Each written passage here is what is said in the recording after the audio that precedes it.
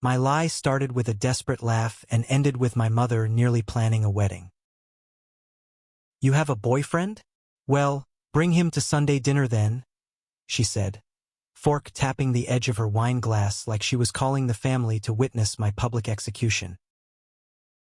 That was the moment my chest tightened and the walls of our kitchen suddenly felt too close. I wasn't out to them. Not really.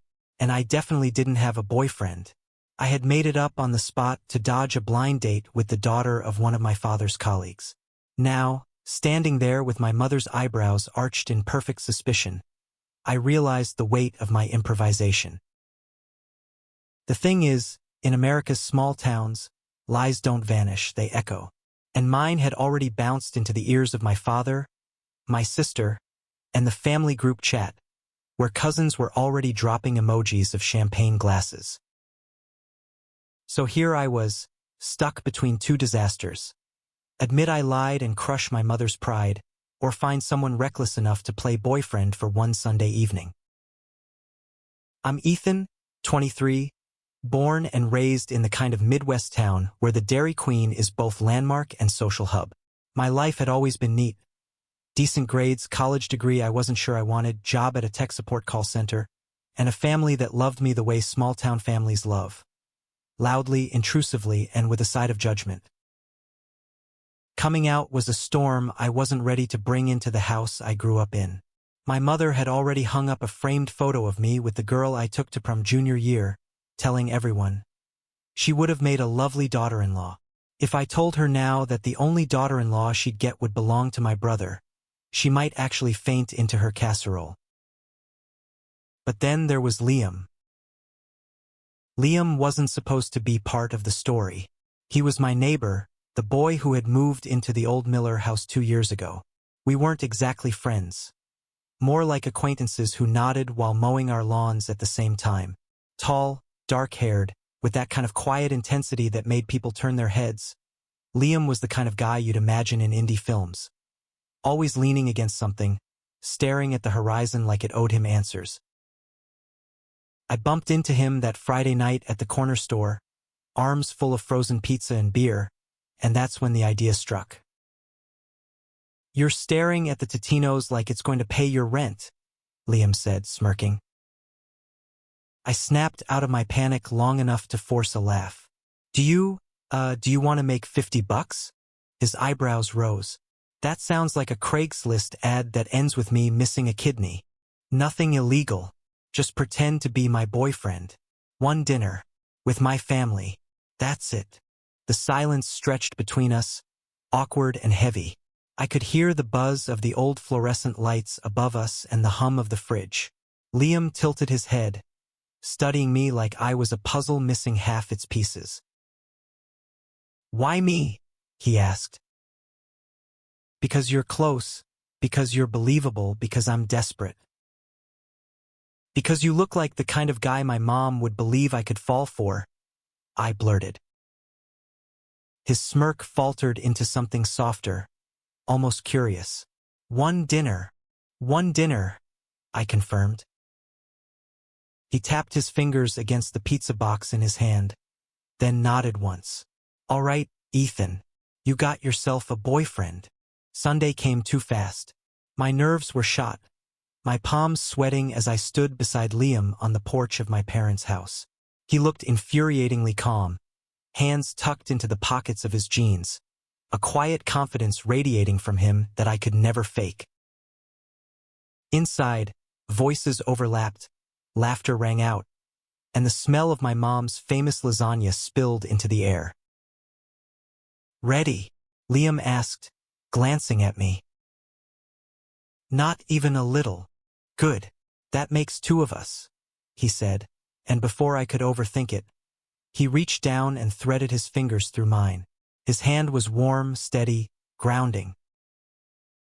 The door swung open, and there was my mom, eyes widening as they dropped straight to our joined hands. Her surprise melted into something dangerously close to joy. "Oh," she breathed. "Oh, Ethan." If lies are earthquakes, that moment was the first crack splitting the ground. Dinner was chaos. My father asked Liam about football. My sister whispered, "He's cute, good job." When no one was looking, my mother kept refilling his plate like feeding him was her personal mission. Liam answered every question with polite ease, never once letting go of my hand under the table. It should have felt fake, a performance, but every time he smiled at me, it hit too close to something real. And every time his thumb brushed against mine, I had to remind myself this was a deal, a one-night charade, nothing more. Except my chest didn't seem to get the memo. That night, after the last dish was washed and my family finally stopped hovering, Liam walked me back to my car. The street was quiet, the only sound the cicadas buzzing in the trees. "You were incredible in there," I said, my voice low. He shrugged. "Your mom's lasagna helped." I laughed, then hesitated. "Seriously, though, thank you. I know it was a lot to ask." Liam studied me for a moment, his expression unreadable. "It wasn't that bad. They care about you. That's rare." Something about the way he said it, soft, almost wistful, made me want to ask 100 questions I wasn't sure he'd answer. Instead, I just nodded. "Well, the deal's done. You're off the hook." But when I reached for my car door, Liam's hand brushed mine, stopping me. "Ethan," he said quietly, "what if I didn't want to be off the hook?" And just like that, the lie I had built to protect myself turned into something far more dangerous. The possibility of love. My heart skipped at Liam's words, the night air suddenly too heavy to breathe. What if I didn't want to be off the hook? The phrase echoed in my head like a forbidden prayer, sharp and electric. For weeks I had been hiding behind excuses, behind my own lie, but now there was no excuse. There was just Liam, standing close enough for me to feel the warmth radiating off him, his eyes searching mine like he wanted me to admit something I had buried deep. I laughed, awkward and too loud, because that was my only defense. "You don't have to pretend anymore. They bought it. You did your job. You're free." But Liam didn't laugh. He tilted his head, his gaze steady, and said, "Maybe I wasn't pretending." It was terrifying, the way my chest reacted before my brain could. The way the ground seemed to shift, not violently, but like a new path opening under my feet. I swallowed hard, fumbling for the car door. "Good night, Liam." I didn't look back as I drove away, though every mile felt like I was leaving something vital behind. The week that followed was a blur of emotions I didn't know how to name.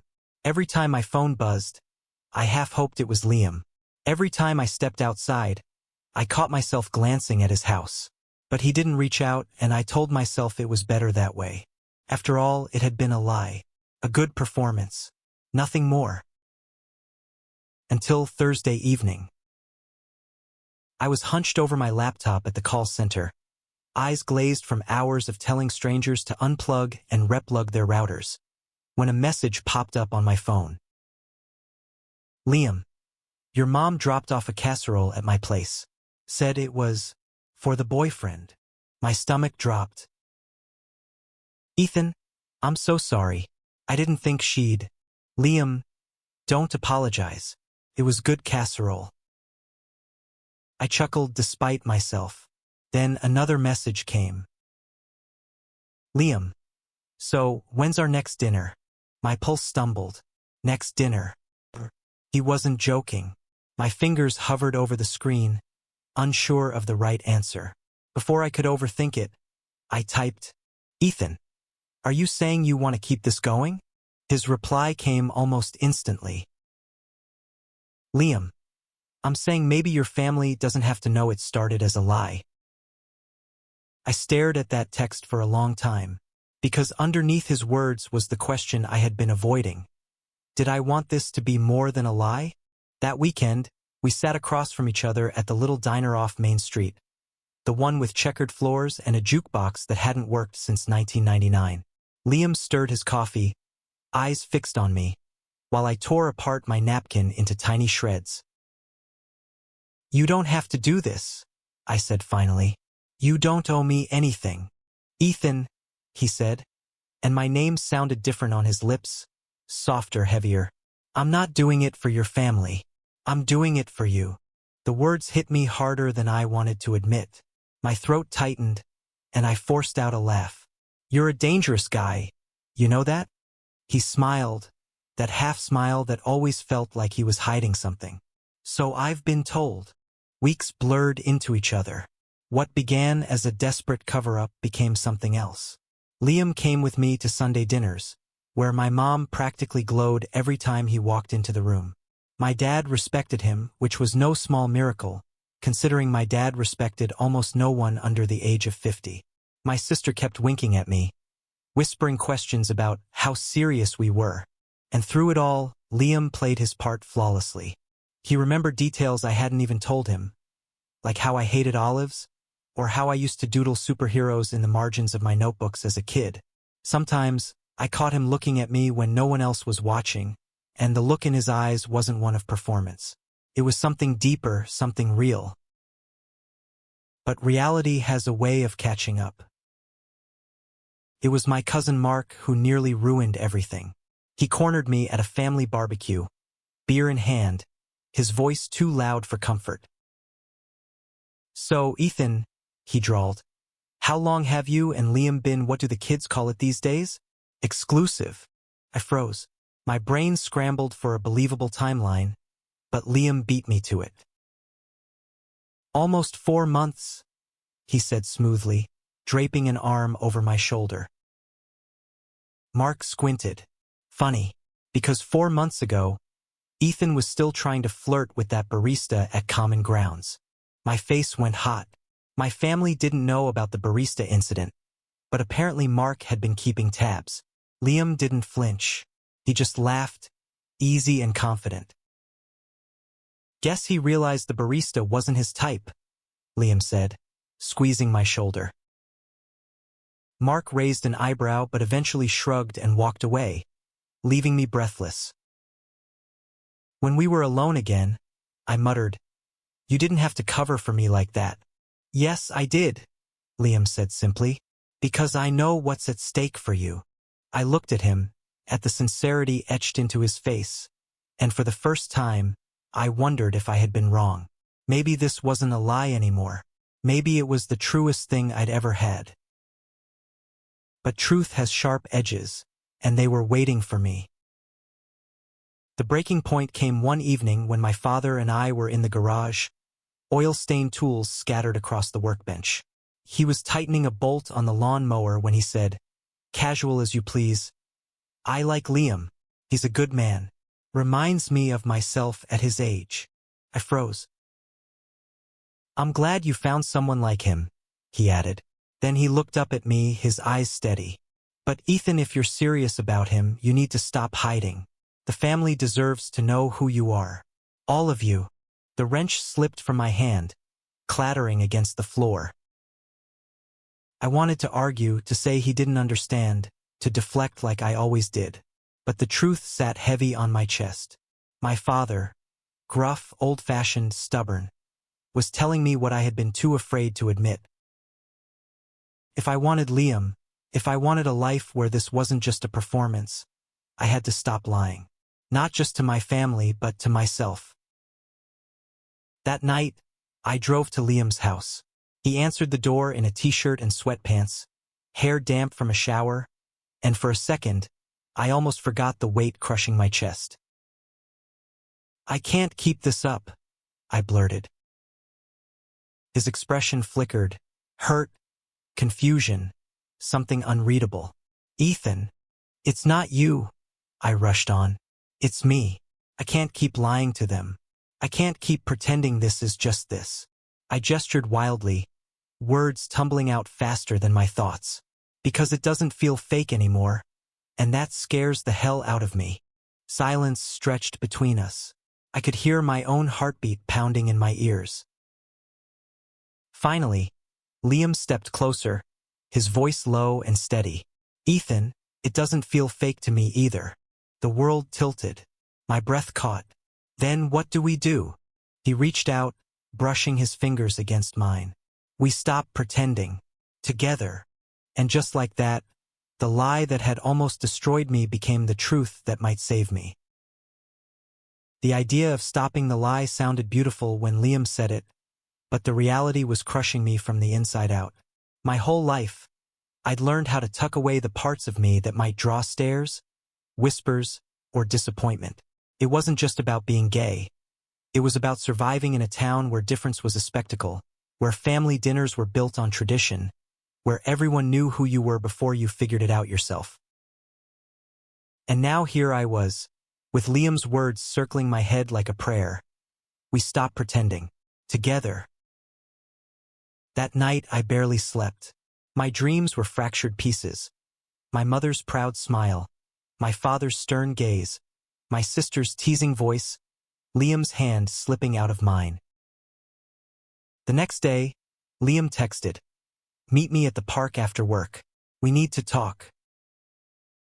The park was almost empty when I arrived, the late autumn wind snapping through the trees. Liam was already there, sitting on a bench, hood pulled over his head. He looked up when I approached, and for a moment, the sight of him eased the storm inside me. "You look like you haven't slept," he said softly. "I haven't," I admitted. He patted the spot next to him, and I sat. For a long time, we didn't say anything, just watched a couple of kids chase each other across the playground, their laughter cutting through the cold air. Finally, Liam broke the silence. "Ethan, I don't want to push you, but I also don't want to be your secret forever." His words stung because they were true. I turned to him, my voice shaky. "It's not about you. It's about everything else. My family, this town, the way people talk." "I don't care about the town," Liam interrupted. "I care about you. But if you're not ready, if you need more time, I'll wait. As long as I know this isn't just a performance for you." I met his eyes, and there it was again, the thing I had been trying not to see. He wasn't pretending. He never had been. "I don't want it to be fake," I whispered. "Not anymore." Liam's hand found mine on the bench, fingers intertwining. "Then let's stop lying. Little by little. Together. But stopping a lie is never as clean as starting one." The following Sunday, I walked into dinner with Liam at my side, and everything felt different. My mother fussed over him as usual, my sister shot me knowing smirks, but under it all was this current of tension. Because I wasn't just pretending anymore. I was watching them through new eyes, wondering how much longer I could carry the truth inside me before it broke out. Halfway through dessert, my dad cleared his throat. "Ethan," he said, his voice deliberate, "you and Liam seem serious." I froze. My fork clattered against the plate. Liam's hand brushed against mine under the table, grounding me.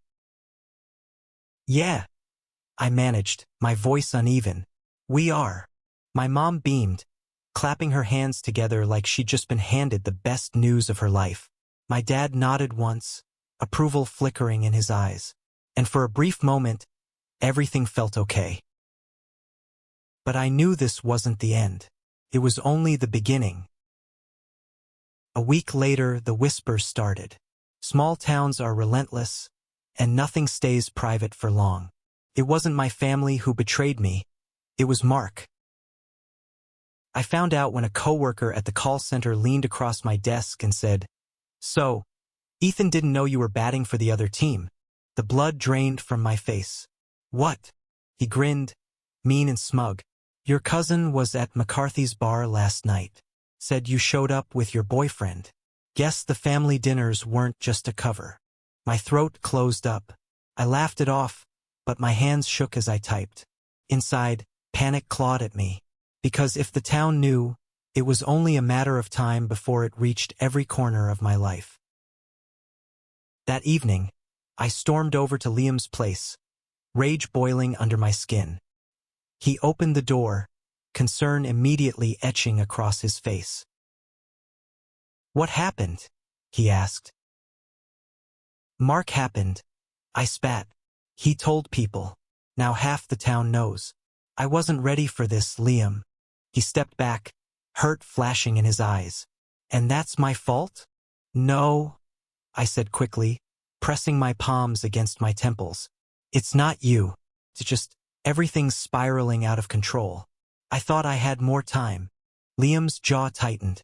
Ethan, we can't control how people talk, but we can control how we face it. Do you want to keep pretending, or do you want to fight for us? The word us rang in the air like a challenge. I looked at him, at the steadiness in his gaze, and realized something terrifying. I wanted us.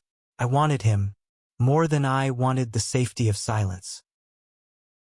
The fallout came fast. My mom called me the next morning, her voice trembling. Ethan, I ran into Mrs. Coleman at the store. She said she heard something about you and Liam. Is it true? I sat on the edge of my bed, heart hammering. This was it. No more lies, no more excuses. Yes, Mom, I whispered. It's true. There was a pause, a long, aching silence. Then, softly, why didn't you just tell me? Tears stung my eyes. Because I was scared. I didn't want to disappoint you. Oh, honey, she breathed, her voice breaking. You could never disappoint me. You're my son. I wish you hadn't felt like you had to lie. I broke then, sobbing into the phone while she tried to soothe me. It wasn't perfect. There were questions, confusion, old beliefs she had to untangle. But in that moment, I felt something I hadn't in years. Hope. That evening, I went to see Liam. I found him sitting on his porch steps, looking out at the street like he'd been waiting for me. They know, I said simply. He nodded, not surprised. And I'm done hiding. The relief in his eyes was immediate, overwhelming. He stood, closing the space between us, and before I could second-guess it, he kissed me. Not a fake kiss, not for show, but something raw and real and full of promise. When we pulled apart, breathless, I whispered, "We're in this together, right?" "Always," he said. And for the first time in my life, I believed it. If you had told me months ago that my biggest lie would bring me to the truest moment of my life, I would have laughed in your face. And yet here I was, standing on the edge of everything I used to fear, holding on to the one person who had made me believe I could be more than my silence. The weeks after my mother found out were not easy. Small towns don't move on quickly. They linger, chew, and spit out rumors like sunflower seeds. Some neighbors stopped waving at me when I drove by. A coworker muttered slurs under his breath when he passed my desk. At church, the pastor's sermon about modern temptations felt aimed directly at me, though no names were spoken. But my family, they surprised me. My mother defended me at the grocery store when Mrs. Coleman raised her eyebrows too high. My father, stoic as ever, showed up at my place one Saturday with a toolbox, saying nothing about the whispers, just fixing the squeaky hinge on my front door like love could be translated through wrenches and screws.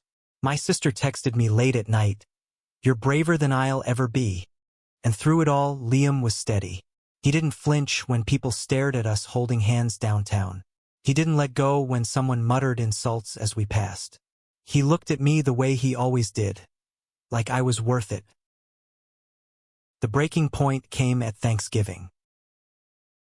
It was the first big holiday since the truth had seeped through the cracks, and I wasn't sure if I was ready. But my mother insisted. "You and Liam are coming," she said firmly, her tone leaving no room for argument. When we arrived, the house was warm with the smell of turkey and cinnamon pie. My relatives were already there, laughter and chatter spilling through the rooms. For a moment, I braced for the weight of their stares, the questions, the judgment. But then my little niece, barely 7 years old, ran up to me and tugged on my sleeve. "Uncle Ethan," she said brightly, pointing at Liam. "Is he your special friend?" The room went quiet, every adult ear straining for my answer. My throat tightened, but Liam's hand slid into mine, grounding me. "Yes," I said, my voice steady. "He is."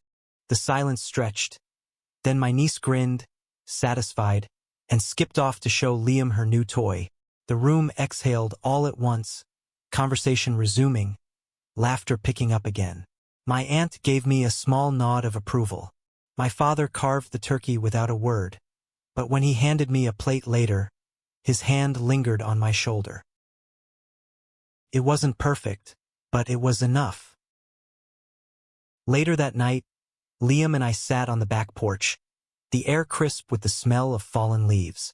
Stars stretched across the sky, sharp and endless. "You did it," Liam murmured.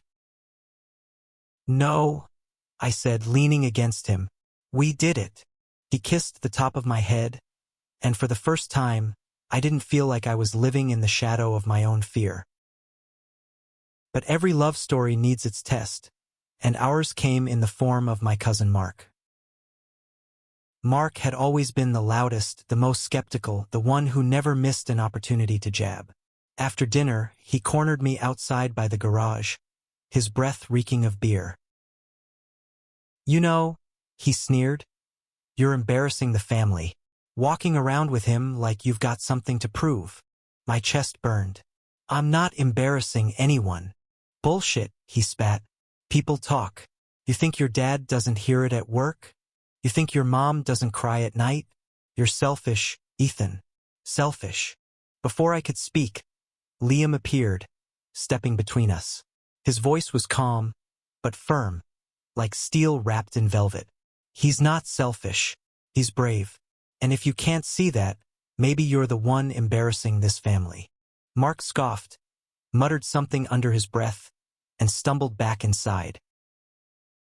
I looked at Liam, my chest tight with both fear and gratitude. "You didn't have to." "Yes, I did," he interrupted. "I'll stand with you, Ethan. Always." I believed him. For the first time in my life, I truly believed someone meant always. By Christmas, things had shifted. Slowly, painfully, but unmistakably. The stares in town dulled. The whispers quieted. My family adjusted, not perfectly, but with effort. My mother started introducing Liam as Ethan's partner, her voice full of pride. My father invited him to help fix the old shed-out back, a silent acceptance more powerful than words. And me, I stopped hiding. I held Liam's hand in public, not caring who saw. I told my coworkers the truth when they asked, and the ones who mattered stayed. I walked through my hometown streets no longer afraid of the shadow of my own name. Because I had Liam, and with him, the lie that had once trapped me had become the truth that set me free. One evening, not long after New Year's, Liam drove us to the lake on the edge of town. The water was still, reflecting the glow of the setting sun. We stood on the dock, the world quiet around us. "This is where I come when I need to think," he said, his voice low. I smiled. "And what are you thinking about now?" He turned to me, eyes steady, voice certain. "I'm thinking about us, about how it started as a lie, and how it turned into the best thing that's ever happened to me." My chest ached with emotion. "Me too." Then he cupped my face, his touch gentle, and kissed me. The world melted away, the whispers, the fear, the weight of the past. All that remained was him, steady and true. When we pulled back, he whispered, "We made it, Ethan." I nodded, tears stinging my eyes. "Yeah, we did." And as the last light of day bled across the water, I realized something. Love doesn't care how it begins. It only cares that you're brave enough to keep it alive. That night, walking back to the car, hand in hand with Liam, I finally felt free. Free to be seen. Free to be loved. Free to be myself. And for once, I didn't need a lie to survive. I had the truth. And the truth was him. Thank you for listening. If you find it interesting, please like and subscribe to follow the next stories.